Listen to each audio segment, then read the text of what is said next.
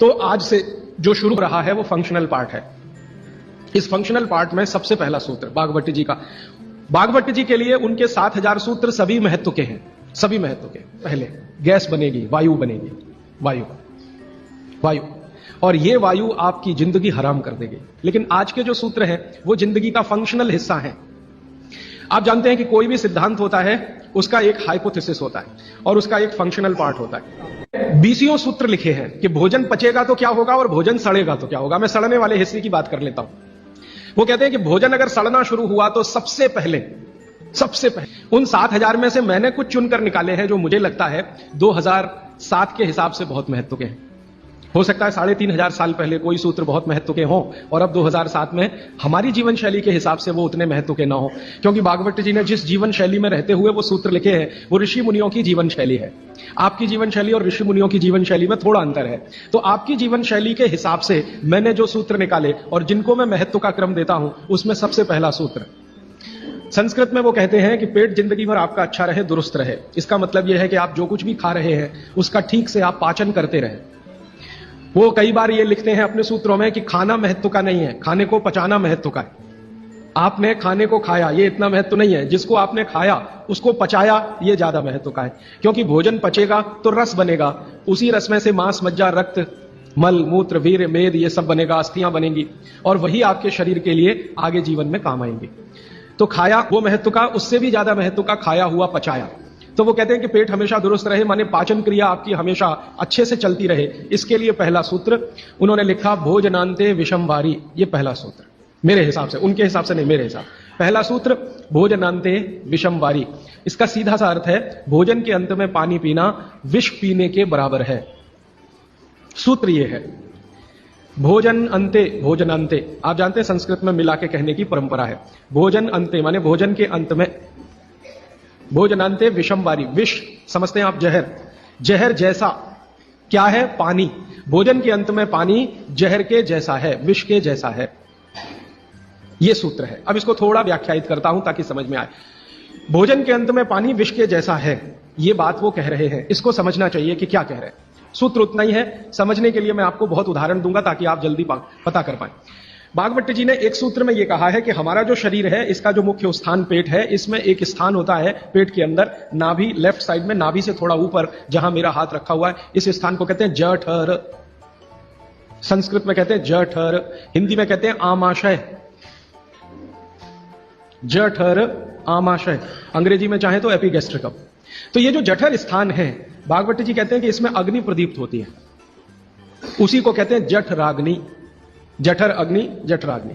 तो वो कहते हैं कि जो आपका जठर स्थान है इसमें अग्नि प्रदीप्त होती है और भोजन जो कुछ भी आप करते हैं वो पहले जठर में ही जाता है, आमाशय में इकट्ठा होता है, वहां अग्नि प्रदीप्त होती है। वो अग्नि भोजन का पाचन करती है। यह है महत्व की बात।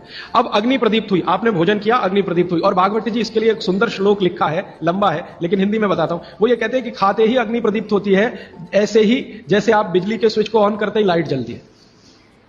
ये ऑटोमेटिक है, अपने आप होती है। आपने रोटी का पहला टुकड़ा मुंह में डाला और जैसे ही टुकड़े को चबाना शुरू किया, लार बनना शुरू हुआ, तुरंत अग्नि प्रदीप्त हो जाती पहले ही टुकड़े में। तो ये अग्नि प्रदीप्त हुई। अब आप जो भोजन कर रहे हैं ये इस अग्नि के प्रभाव में पचेगा। तो भोजन के पचने की क्रिया में पहले भोजन रस में बदलेगा। पहले पेस्ट बनेगा, जैसे टूथपेस्ट की कंडीशन होती है वैसा बनेगा, लुगदी जैसा, फिर उसमें से रस बनेगा, फिर रस में से सब कुछ बनेगा। तो वो कहते हैं कि आपने जैसे ही भोजन किया अग्नि प्रदीप्त हुई।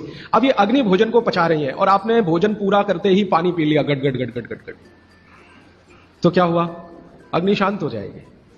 आपके रसोई गैस में चूल्हा जल रहा है गैस का, और जलते हुए चूल्हे पर पानी फेंकिए तो बुझ जाएगा। अग्नि का पानी से मेल नहीं है, दुश्मनी है। तो आपके पेट में खाना खाते ही अग्नि जल रही है। अब आपने पीछे से गिलास 2 गिलास पानी पी लिया। कोई लोग तो लोटा भर के पी लेते हैं, कई लोग तो भोजन से ज्यादा पानी पी लेते हैं। तो ये जो पानी गया इसने अग्नि को शांत कर दिया। अब अग्नि शांत हो गई तो फिर बागभट्ट जी कहते हैं भोजन पचेगा नहीं, वो सड़ेगा।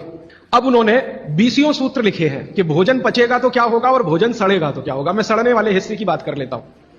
वो कहते हैं कि भोजन अगर सड़ना शुरू हुआ तो सबसे पहले गैस बनेगी, वायु बनेगी, वायु वायु, और ये वायु आपकी जिंदगी हराम कर देगी।